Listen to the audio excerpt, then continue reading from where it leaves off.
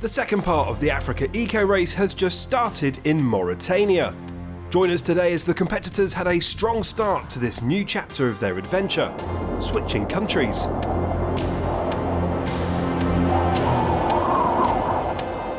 With all the stages in Morocco being completed, everything is still open in terms of who will eventually win. But it's obvious that some riders have managed to put themselves in a good spot ahead of the second week of action.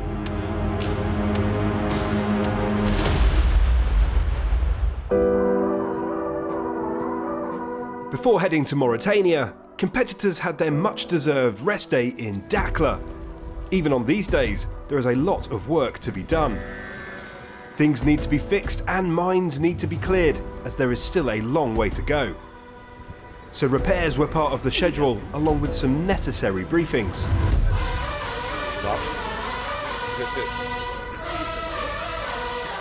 The rest day is a rest day for, I don't know, the spectators maybe. For us, we have to go through all the details, and as the car was more or less new before we came here, there's always something to do, and if you stop, you not develop everything.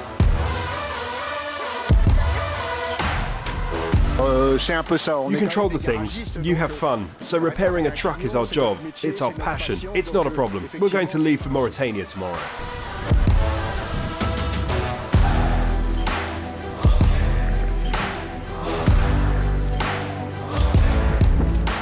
All eyes are on the motorcycle category, where the action is fierce as always. Rookie riders show that they have what it takes to compete against the veterans of this rally, with Marini excelling as he finished the Moroccan part of the event third in the standings. The first week went very well, better comparing to what I expected. For me, it is the first rally here in the desert.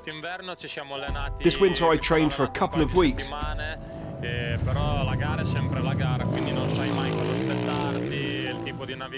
However, the race is always the race, so you never know what to expect, what type of navigation you will find. But I'm very happy.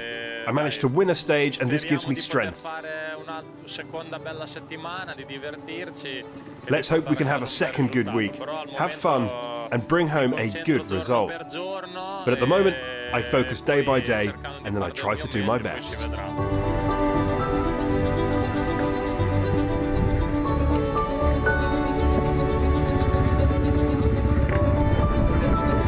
There were also some special guests in the rest day. Africa Eco Race opened its arms welcoming the French High School of Dakhla and its students. We are a group from the French High School of Dakhla, which has been set up here for 12 years. An event like this visit to Dakhla allows young people to discover sports and cultural environments, helping them experience something a little different than the usual everyday life here. So for young people, it's a special moment because it really allows them to discover things that they don't know. The world of motorsports, all the jobs that can go around it. For them, it's an opportunity to open up a little to the outside world.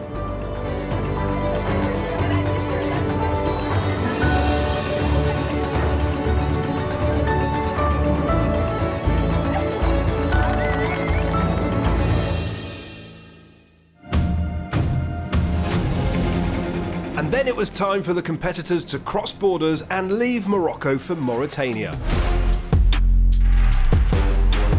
The first part of action in Mauritania was of a 153-kilometre special stage that plunged the competitors into vast sandy expanses, alternating between off-road sequences and open navigation. Upon arrival, competitors described a stage that was both fast and tricky, a perfect illustration of this true entry into the second half of the Africa Eco Race.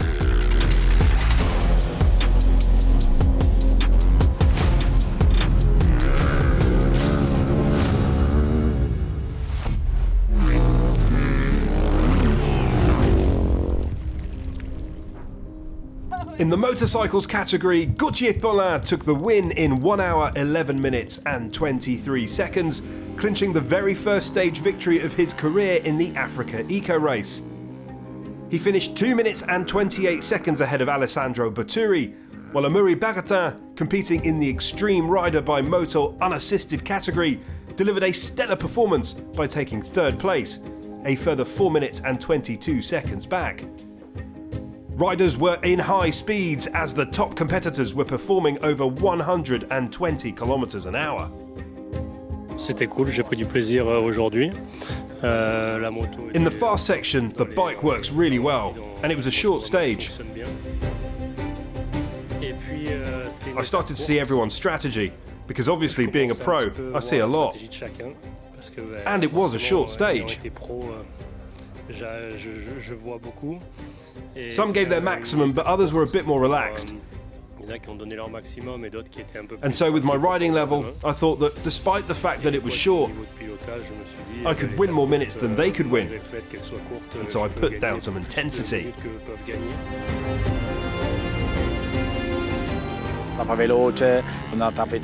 It was a fast stage. We did 440 kilometers this morning before entering the special stage. Then we did 153 kilometers in the special stage. It was really fast. I saw Paulin did 127 kilometers an hour on average. I think it's a good average. I had to do what I had to do. I had to attack. The idea was that Paulin and I would maybe win the first and second place. He won. He was better. Very fast, and very hot. It was very fast and very hot. It's very, very fast. There wasn't much down. It was short. It was the same as the fifth stage. It was just about who could handle it.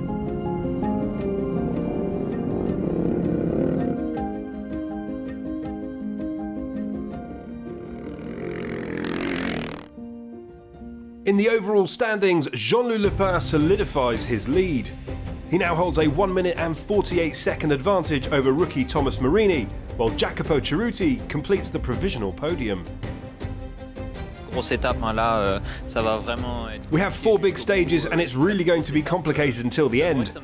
I have to admit that it stresses me out a bit because it's going to be hot. Here the white sand is going to be soft, but I can't wait to see how it is tomorrow. It was great.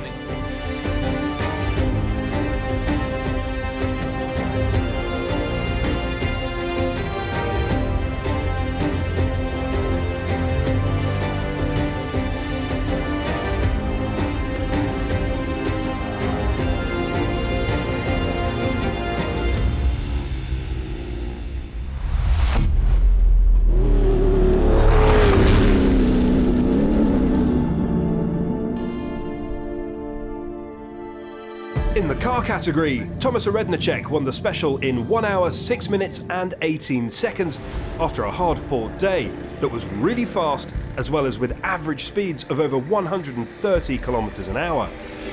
He finished just 8 seconds ahead of Christian Femont, while David Gerard completed the podium, 1 minute 44 seconds behind the winner.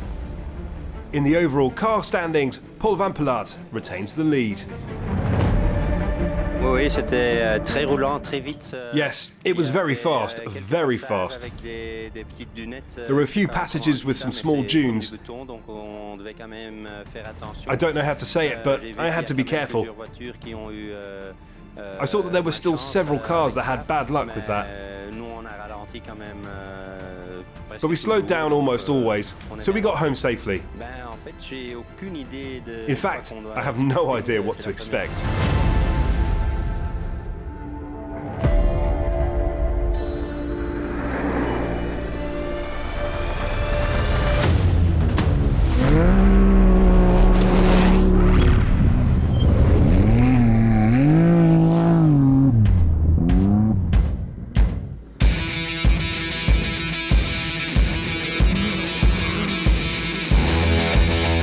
In the SSV category, it's now clear that Pierre Lefay has left all the obstacles behind him and has found his rhythm, winning another stage in 1 hour, 12 minutes and 43 seconds.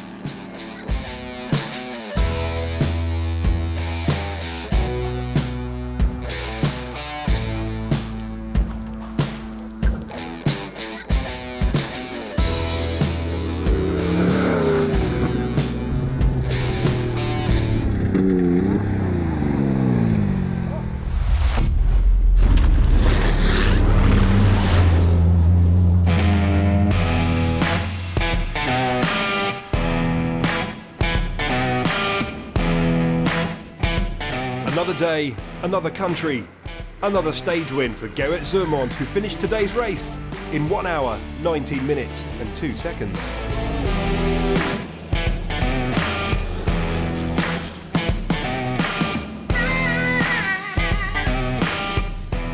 Nice weather to beginning.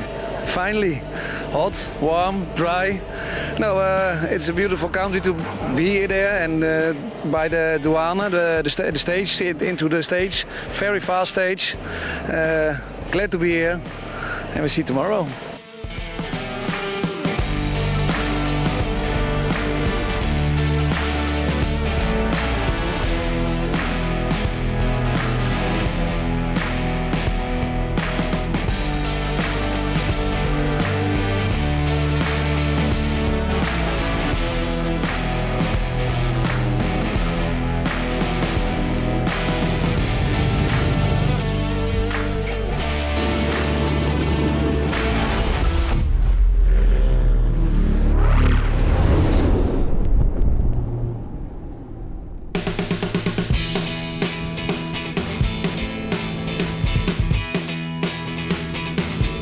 The historic category keeps on testing the drivers in all types of challenges, and the first part of the race in Mauritania was no exception for these competitors.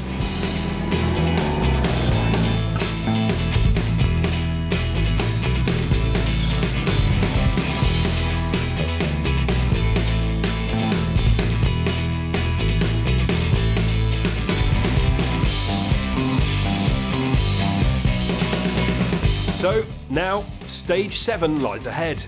It will be a navigation day offering a mix of sand, camel grass and trickier zones, plus off-road sections that require calm decision-making.